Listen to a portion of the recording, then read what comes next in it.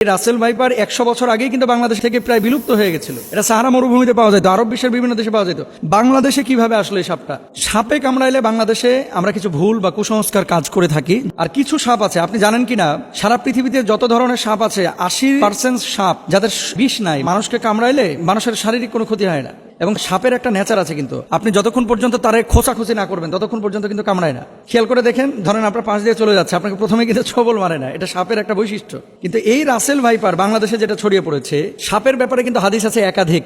এবং এক্ষেত্রে আব্দুল্লাহ ইবনে ওমর রাদিয়াল্লাহু তাআলা আনহু, তিনি সাপ দেখলেই কিন্তু দৌড়ান দিতেন এবং মারতেন। আপনি বলবেন যে হুজুর কেন তিনি মারতেন? নবীজি সাল্লাল্লাহু আলাইহি ওয়াসাল্লাম এক প্রকার সাপের ব্যাপারে খুব সতর্ক করেছিলেন সাহাবীদেরকে। কোন সাপ? দেখেন, নবীজি সাল্লাল্লাহু আলাইহি ওয়াসাল্লাম সেই সাপের ব্যাপারে, আনা আয়েশা রাদিয়াল্লাহু তাআলা আনহা قالت আমরা রাসূলুল্লাহ সাল্লাল্লাহু আলাইহি ওয়াসাল্লাম বিকতলি জিত্তুফিয়াতাইনে ফাইন্নাহু ইয়ালতামিসুল বাসার ওয়া ইউসিবুল হাবাল।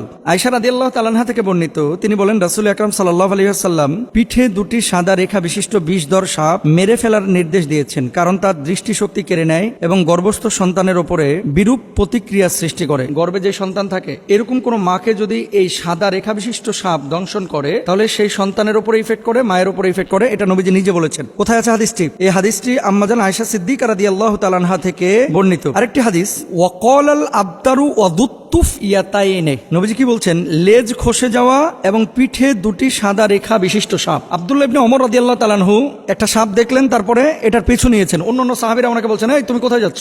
এই যে সাপ, নবীজি সাল্লাল্লাহু আলাইহি ওয়াসাল্লাম তো সাপ দেখলে মেরে ফেলতে বলেছেন, এই জন্য আমি মারার জন্য যাচ্ছি। তো সাহাবীরা বললেন, তুমি কি শোনো নাই যে ঘরে এবং ঘরের বাইরে যে সমস্ত সাপগুলা মানুষের আশপাশে থাকে, এই সাপগুলো তোমাকে দংশন না করলে, তোমার ক্ষতির কারণ না হলে তুমি তাকে হত্যা করতে পারবে না। এটা নবীজি নিজেই নিষেধ করেছেন। তাহলে কি এখান থেকে বোঝা যায় যে যেই সাপটা আপনার শরীরের জন্য ক্ষতিকর, আপনার জীবন বিনাশ করবে, সেই সাপকে আপনার হত্যা করতে হবে। আর কিছু সাপ আছে, আপনি জানেন কিনা, সারা পৃথিবীতে যত ধরনের সাপ আছে 80% সাপ যাদের বিষ নাই, মানুষকে কামড়াইলে এই মানুষের শারীরিক কোনো ক্ষতি হয় না। এবং সাপের একটা নেচার আছে, কিন্তু আপনি যতক্ষণ পর্যন্ত তারে খোঁচাখুচি না করবেন ততক্ষণ পর্যন্ত কিন্তু কামড়ায় না। খেয়াল করে দেখেন, ধরেন আপনার পাশ দিয়ে চলে যাচ্ছে, আপনাকে প্রথমে কিন্তু ছোবল মারে না, এটা সাপের একটা বৈশিষ্ট্য। কিন্তু এই রাসেল ভাইপার বাংলাদেশে যেটা ছড়িয়ে পড়েছে, এই রাসেল ভাইপার 100 বছর আগেই কিন্তু বাংলাদেশ থেকে প্রায় বিলুপ্ত হয়ে গেছিল। এটা সাহারা মরুভূমিতে পাওয়া যেত, আরব বিশ্বের বিভিন্ন দেশে পাওয়া যেত। বাংলাদেশে কিভাবে আসলো এই সাপটা? এখন আমরা জানি না যে এটা কারো ষড়যন্ত্র কিনা বাংলাদেশের কৃষিখাত ধ্বংস করার জন্য।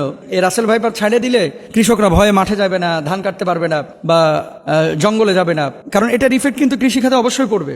ডাক্তাররা বলতেছে যে এটা যদি দংশন করে তাহলে মানুষ মারা যাবে খুব শীঘ্রই। এবং মেডিসিন বা ইনজেকশন দেওয়ার পরে, অ্যান্টিভেনম দেওয়ার পরেও কিন্তু কাজ হয় না। অনেক সময় কিডনি বিকল করে ফেলে, হার্ট দুর্বল করে ফেলে, হার্ট বিকল করে ফেলে, এই জন্য মানুষ মারা যায়। এখন নবীজি সাল্লাল্লাহু আলাইহি ওয়াসাল্লামের সেই হাদিস থেকে আমরা স্পষ্টরূপে বুঝতে পারি, যেহেতু রাসেল ভাইপার মানুষের জন্য ক্ষতিকর। এবং আজকে দেখলাম পত্রিকায় ফরিদপুরের একজন লিডার তিনি ঘোষণা করেছেন যে রাসেল ভাইপার একটারে যে মারতে পারবে তার আমি 50,000 টাকা পুরস্কার দেব। তো এখন মানুষের জীবন আগে ভাই। প্রাণী, এই সাপ, পোকামাকড় যারা দংশন করে, এগুলো পরিবেশের ভারসাম্য অবশ্যই রক্ষা করে, কিন্তু মানুষের জীবনের জন্য যদি ক্ষতির কারণ হয়ে দাঁড়ায়, নবীজির ভাষ্য অনুসারে সেটাকে হত্যা করতে হবে। এবং ইভেন কুকুর, রাস্তায় যে সমস্ত কুকুর ঘোরাফেরা করে আপনার কোনো ক্ষতি করে না, তাদেরকে হত্যার কথা বলা হয় নাই। কিন্তু এমন কুকুর যদি থাকে যে কুকুর দেখলেই আপনার পেছন থেকে ধাওয়া করে, বাচ্চাদেরকে কামড়ে দেয়, এই কুকুরগুলোকে হত্যা করতে বলা হয়েছে। সুতরাং রাসেল ভাইপারের যে বিষয়টা, এটা হাদিস থেকে আমরা যেটা বুঝি, নবীজি সাল্লাল্লাহু আলাইহি ওয়াসাল্লাম বলেছেন ক্ষতিকারক যদি হয়ে থাকে তাহলে সেখানে তাকে হত্যা করা যাবে। এবার আসেন, সারা বাংলাদেশে প্রায় 70% জেলায় রাসেল ভাইপার ঢুকে গেছে। এখন সাপে কামড়াইলে বাংলাদেশে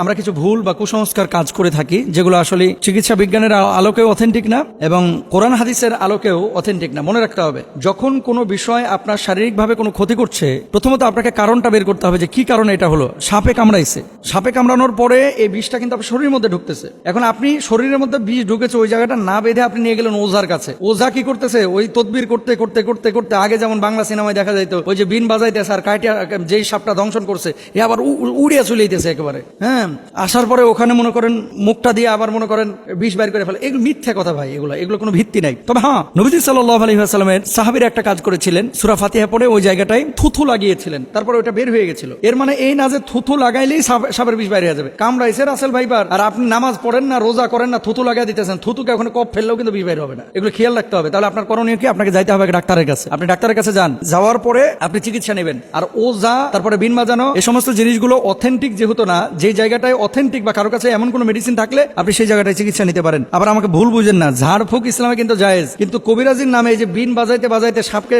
দৌড়ায় নিয়ে আসা। আচ্ছা ভাই, সাপ এখানে কামড়ানোর পর কি বসে থাকে?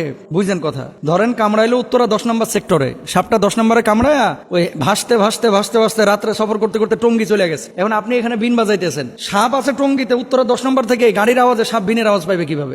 জিনিসগুলো কিন্তু একটা ভাবার বিষয়। তাহলে আমরা এই বিষয়গুলো খেয়াল রাখবো। সাপে কামড়াইলে চিকিৎসা নেওয়ার চেষ্টা করব।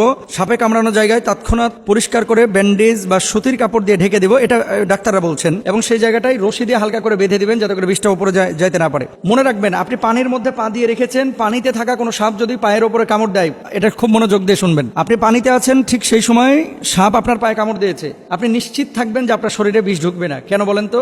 সাপটা যখন কামড় দেয়, বিষটা যখন এই তার দাঁত থেকে বা মুখ থেকে ছাড়ে, বিষটা ছাড়ার সাথে সাথে পানির সাথে মিশে ওই বিষটার শরীরের মধ্যে ঢুকে না। এই জন্য সাধারণত বিষধর সাপ পানির মধ্যে কামড় দেয় না। এই ধরা সাপ টোরা সাপ যেগুলো কামড় দেয়, চিন্তার কোনো কারণ নাই। কিন্তু শুকনো জায়গায় যদি আপনারা সাপে কামড় দেয়, বি কেয়ারফুল, এখানে আমাদের একটু সচেতন হতে হবে। অনেকে সাপে কামড় দেওয়ার পর ওই জায়গাটায় মুখ লাগায় চুষে বিষ নামানোর চেষ্টা করে, এটা সম্ভব না। চুষ দিয়ে বিষ বাইর করাটা, এটা বিশেষ করে রাসেল ভাইপারের কোনোভাবেই সম্ভব না।